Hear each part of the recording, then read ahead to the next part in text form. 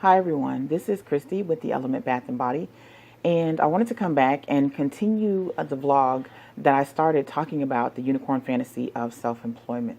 So, to pick up where I left off, the last thing I talked about was how a lot of people think that it's not a lot of hard work. They just think that you're going to make a whole lot of money because it's something that you love doing, and you won't have to work very hard, and that's not really true.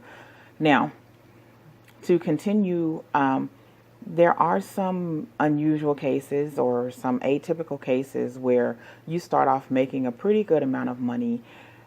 And I experienced that when I first graduated from barber college, gosh, years ago. And the only reason that I experienced making so much money starting out with no clientele was because the shop where I worked had a lot of advantages over the other barbershops in the area. First, we were the only barbershop within about a 2 or 3 mile radius at that time. And we were the only shop back then, 22 years ago, that was open 365 days a year, and day and night, holidays, sometimes 9, 10 o'clock at night, sometimes 7 a.m. in the morning. We had a multicultural staff and clientele, and so we were able to service our clients on the days that other shops typically were closed. In the hair industry, typically, back then, I don't know if it still is now, but typically back then, most shops were closed every Sunday, every Monday, every week. And that was an industry standard back then. And so to come across a shop that is open Sundays and Mondays, not only Sundays and Mondays, but every holiday, I'm not exaggerating, Mother's Day, Thanksgiving, Christmas Day, all day, it didn't matter, we were open. And that gave us a huge advantage over all of the competition in the area, because you have to understand that not everyone is of the same religion. Not everyone observes the same holidays and religious holidays. And even if they do, not everyone is from here. Not everyone has family here to go celebrate with, or not everyone wants to celebrate, or whatever the case may be. For some people, a federally recognized holiday was just another paid day off. And so when they're like, oh, well, the shop is already open, I can come get my hair done that day and not have to take up a Saturday getting my hair done. So that was the advantage that we had over all the shops in our area. And that was why I started out making a lot of money very young. I think I was 21 when I graduated in the mid 90s, and I was making about 500 a week back then. So that is atypical though. Usually when you start out and you have no clientele, if you're not in a high visibility area, if you're not in a place that has a lot of traffic in the hair industry, I don't know about other industries, but I'm speaking on my experience. But usually when you start out being self-employed, you don't have a lot of clientele. People just don't know you.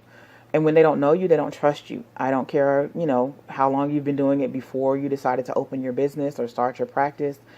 People don't know you, so that means they don't trust you. And when they don't trust you, you just have to sit there and you spend a lot of time at your business waiting to see if people are going to take a chance on you and spend their money with you. So that's a big one that a lot of people just don't quite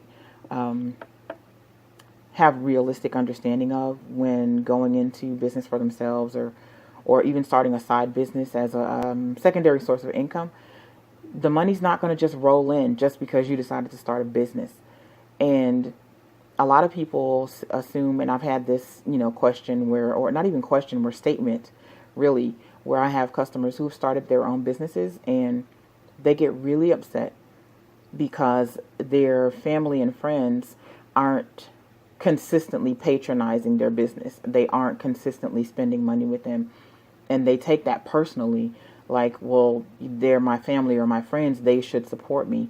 And I have to give them a reality check that just because you're in business, just because you choose to offer a product or service, does not mean that the people that love you have to patronize you. They do not have to support you. They don't have to support your dream. It wasn't their dream, it's yours.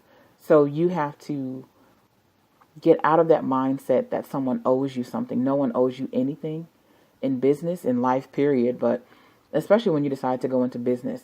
You have to stop looking to those people that you've known all your life to be the lifeblood of your business in the beginning. Now, what I do tell people is don't expect everyone that you know and love to support you, but appreciate the ones who do, and then go forward. Your business may not be their cup of tea. They are not required because you are their family member or friend to support your business. So the money may or may not come in quickly in the beginning. And so you have to understand that. And that was why I made a blog post about, liking it isn't enough. You can't just like it. Because if you just like it and you don't have a passion to do that thing, you don't love what you're doing, you're going to quit when the money doesn't come in. Because you're just thinking, you've already made up in your mind, oh, it should be much easier than this. And it's not. Sometimes it's easy, sometimes it's not. But the money will come eventually. You keep working, you keep doing what you're supposed to do. You keep learning what you're supposed to learn in your business, and the money will come, but you can't rush it. And so I used to, in my mid and late 20s, I ran barber colleges for a few years, and every month we had a new batch of students, and every month, they'd come in full of energy, and they were so hungry for the business, but not the business. They were hungry for the cash and the money that comes along with the business. And most, people, we've had customers that come in and they see that the barbers have pockets full of cash at the end of the day, especially, busy days, weekends, busy season, holidays, things like that. They have wads of cash. And so people see that and be like, oh, well, I can do that. I can make that money. Not realizing, I used to tell my students, sometimes in the busy season, you can make a pretty good amount of money in a very short time. However, there are going to be times as well where you're going to go home with less money than you went to work with. And you sat there for 8 hours, but you stopped and you got something to eat and you had no clients for the day. And it doesn't just happen when you're just starting out. It happens to newbies. It happens to seasoned, veteran barbers. It happens to everyone. That is why it's so important to learn the seasons, know the seasons of your industry, and have realistic expectations of what the income will be like. And there are so many things that play a factor into the potential for the clients. Again, if you're unknown, if you're new, people just don't trust you.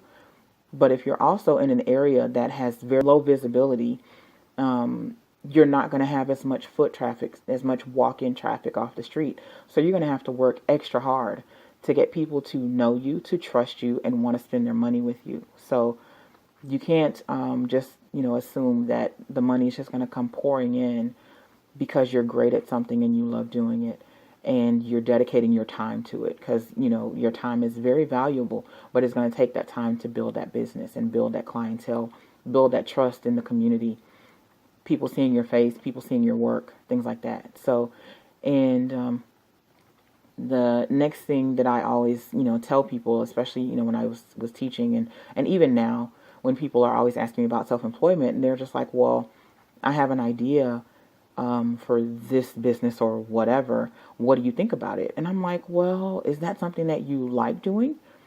And so many times you'd be amazed how many times someone says, I don't really know that I like it. I just know that it pays a lot of money.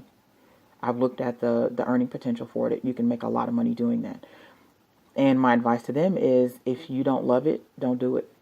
If you don't love it enough to do it for free, do not start it as a business, because there are going to be times in your business where you're going to be doing it for free. You're going to be working your butt off, researching, planning, implementing, developing, experimenting, testing, studying. You're going to have times where you are working and creating things and sitting there waiting for money to come in, and no money's going to come in, but you still have expenses related to that business that have to go out. And so I've seen many people who start in a business without really understanding, again, how much sacrifice it is.